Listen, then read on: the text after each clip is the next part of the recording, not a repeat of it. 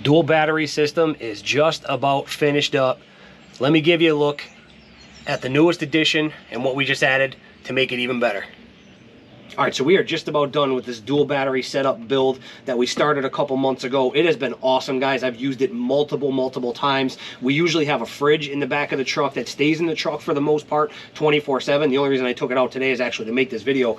So what we've added right now is the 12-gang switch panel. If you saw my initial video on the dual battery setup, I mentioned I was going to be putting something in this empty space. Well, here it is. It's the updated version. We've already had a 12-gang switch panel from MicTuning, but this is an updated version. There's a little bit of a difference. In case you didn't see that original video on the original version, I'm going to give you a look at this thing today, show you what's different, and then we'll go over all the features as well. Before we go into the features, let me show you the difference between the old version and the new version. So here we have it right here, and I'll also give you a quick look at how I ran all the wiring to keep it nice and neat. You guys know, if you follow my channel, that is a big, you know, kind of OCD thing with me. I do not like seeing wiring, so I wanted it to look as clean as possible. So the difference between the old and the new, if we pop the top off, the new version has a little switch right here, and I'll put a picture on the screen if you can't see it in the video. But that switch, the old version, some people didn't like the fact that when you hook this panel up, the circuit board to power, it always had power, no matter what. To me, it's not a big deal. This thing draws such a minute amount of power just by having it, you know, connected. You will never have to worry about this draining your battery. But to some people, it mattered. So MicTuning addressed it, and they added this little switch. With this switch, you can see we have it pushed over towards me.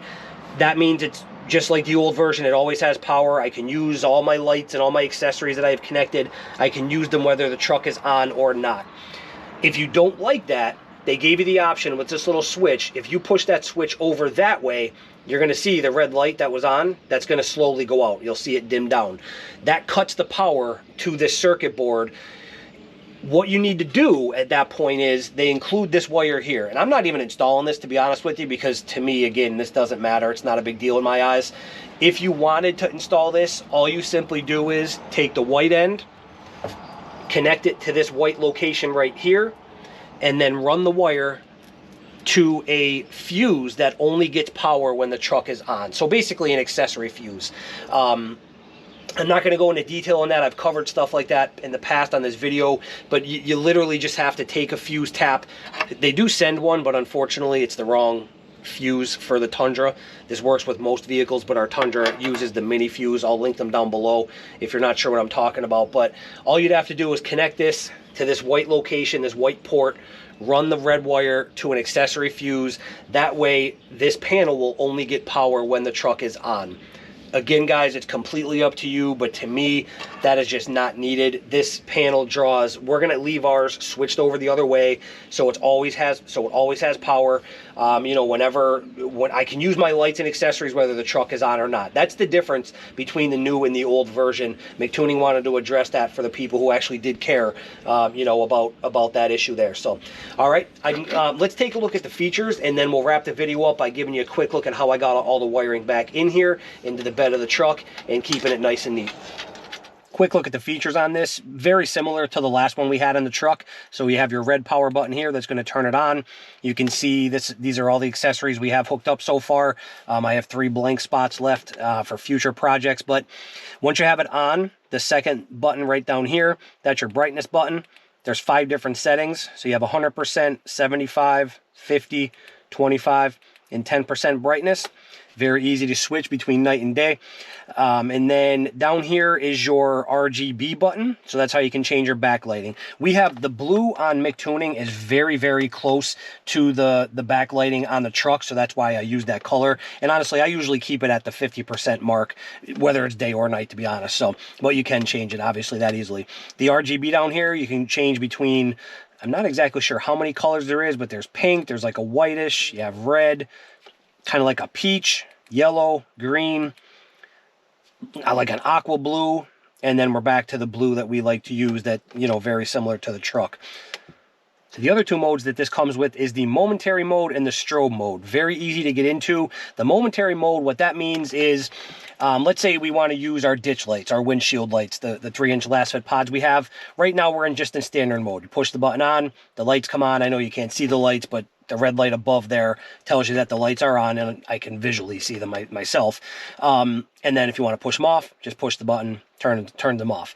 If you want it to where you can have it where like you have to push and hold the button in for whatever reason, very simple to do. All you do is this, the brightness button right here, push and hold, and you're going to see the buttons are going to start flashing red. So let's say we wanted our, I don't know, our ditch lights in the front, and then maybe our rock lights up on top of the roof rack in momentary mode. All you do is push those two buttons. You can see the red lights are lit above those buttons, and then just push the power button. Now, when we turn them back on, you're going to see these two buttons that we just turned on to momentary. Push it. You can see the light comes on. When you let go, the lights go back off. Same thing down here. Push them, the lights will turn on. Let it go, the lights turn off. Yet the other buttons still work the same. Okay? So that's just a different option. You can, you know, if you had something in your truck, some kind of accessory or light that you wanted in a momentary mode, that's how you would do it. To turn those back to standard mode, you're simply just going to push and hold the middle button again. You get the flashing red. Push those to where the lights are now off above. Push power. And now we're back into standard. The last mode is called strobe mode, so very easy to get into. Again, we're just going to push and hold that middle button. You get those flashing red lights.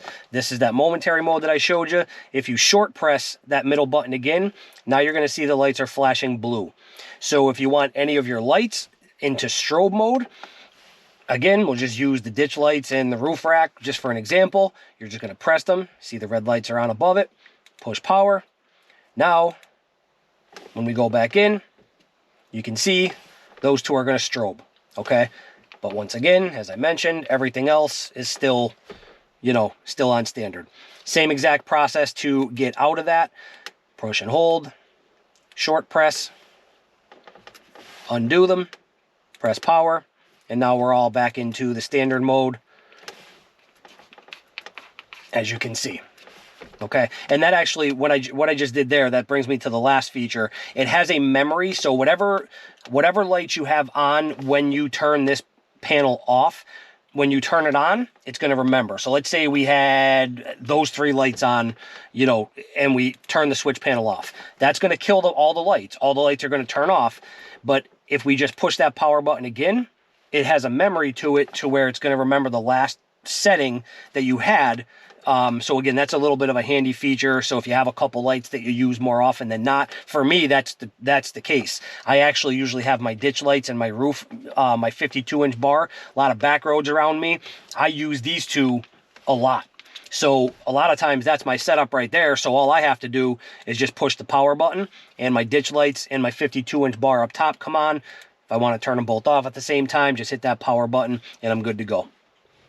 Now, as far as install, we're not going to go in depth with that because, as I mentioned, I've already had a 12-gang panel. If you're not sure how to install these things, I'll link that video down below. But basically, to get this one done, all we did was we had the original circuit board mounted right here above the battery. If you didn't see it, check that video out down below. So what we did was we extended all of the wiring from our accessories that were ran to right here. We basically just extended them, ran them over. You can see we have that panel popped off out there.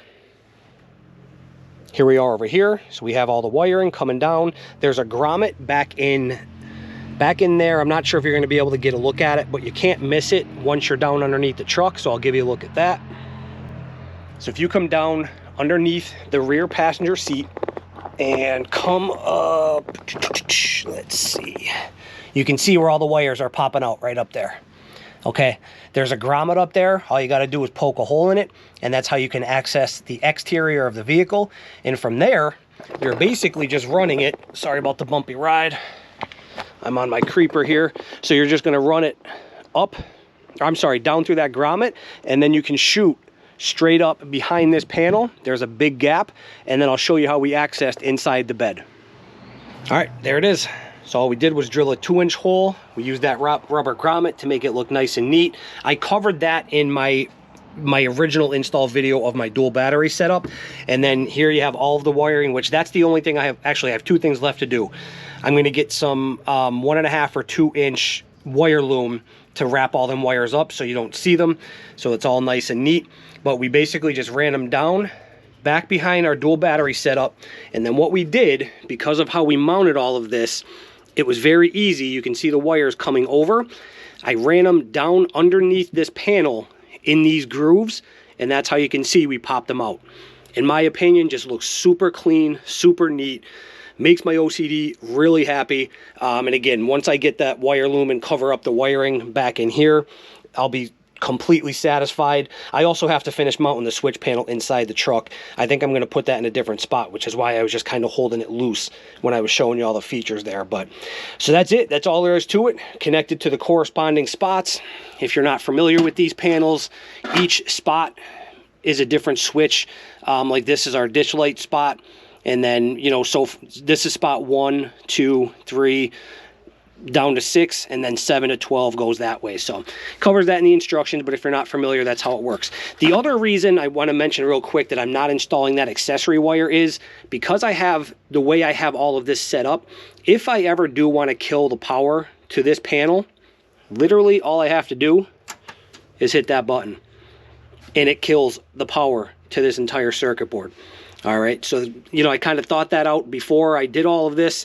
You know, just I really wanted to make this dual battery setup as nice and neat, but yet as functional as possible right from the get-go. All right, there you have it. The finishing touch on our dual battery setup, the 12-gang switch panel from MicTuning. Now, guys, I will put the videos down below. I know I didn't go into too much depth as far as the install of the switch panel, but that's because I've already covered that in another video. The only difference is that accessory wire. If you guys are considering a setup like this, I cannot recommend it enough. I'll link the video down below to the dual battery install, and then obviously, as I mentioned, the original MicTuning switch panel install as well. Those videos will be down below if you want to see more in depth as far as how to get all this installed initially. I have been blown away by the performance. Now, obviously, you know, you're going to put some money up front to get into a system like this, but over the couple months that I've been using this, I've been floored at the performance. I can disappear for days on end and never have to worry about losing power. And I haven't even added my solar yet, which, stay tuned for that. We'll be doing that in the future as well. Any questions on anything you see in this video, dual batteries, switch panel, whatever the case may be, feel free to put them down below. We'll get them addressed for you. But as I mentioned, I can't recommend a system like this enough. It has been amazing to use and utilize while I'm away from home for how many ever days I take off for. All right, questions, comments, concerns, put them down below. We'll get them addressed for you. Thanks for watching as always, and we'll see you on the next one.